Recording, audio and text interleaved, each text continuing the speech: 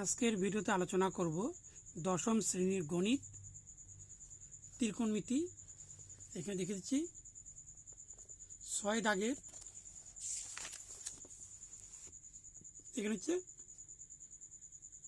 3 নম্বরটি দেখে দিচ্ছি। এখানে হচ্ছে cos theta equal x/√x² plus y² হয়, তাহলে দেখাই যে sine x theta sine x sine theta equal y cos theta. দেখছি কস থিটা এখানে সমগ্র ত্রিভুজ অনুসারে হবে। এখানে সাইন এটা ভূমি বাই অতিভুজ, ভূমি হচ্ছে এক্স আর অতিভুজ হচ্ছে x² প্লাস y²।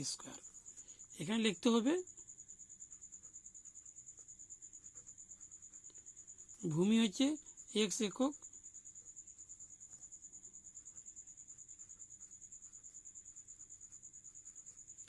অতিভুজ হচ্ছে x² প্লাস y² একক,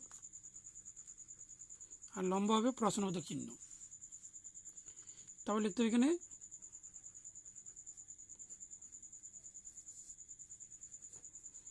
পৃথক রাশির সূত্র অনুসারে এখানে লিখতে হবে লম্ব ইকুয়াল রুট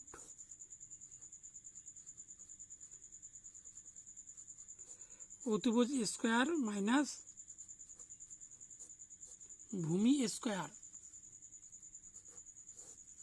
অতিভুজ আছে এখানে root x² plus y² whole square minus ভূমি হচ্ছে এখানে x²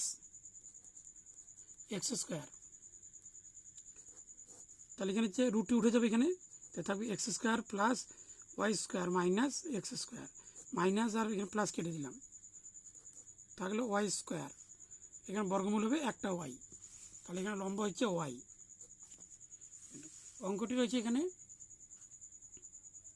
সূত্র হচ্ছে x sine theta, x sine theta থাকলে এখানে প্রমাণ করতে হবে ওয়াই কস থিটা। তো এই চিত্র অনুসারে ওয়াই হচ্ছে লম্ব, এক্স হচ্ছে ভূমি, এটা হচ্ছে অতিভুজ। তাহলে সাইন হচ্ছে এক্স মানে হচ্ছে ভূমি, আর সাইন মানে হচ্ছে লম্ব বাই অতিভুজ।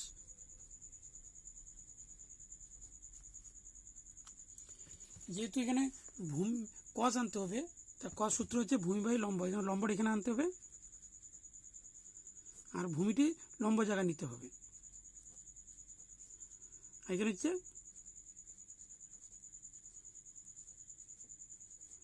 অতিভুজ, তা লম্ব হচ্ছে এখানে ওয়াই, তাহলে এখানে ওয়াই আর ভূমি বাই অতিভুজ হচ্ছে কস থিটা, তাহলে এখানে প্রমাণিত হয়ে যাচ্ছে। এখানে ওয়াই কস থিটা, এখানে ওয়াই কস থিটা মিলে গেল। তাহলে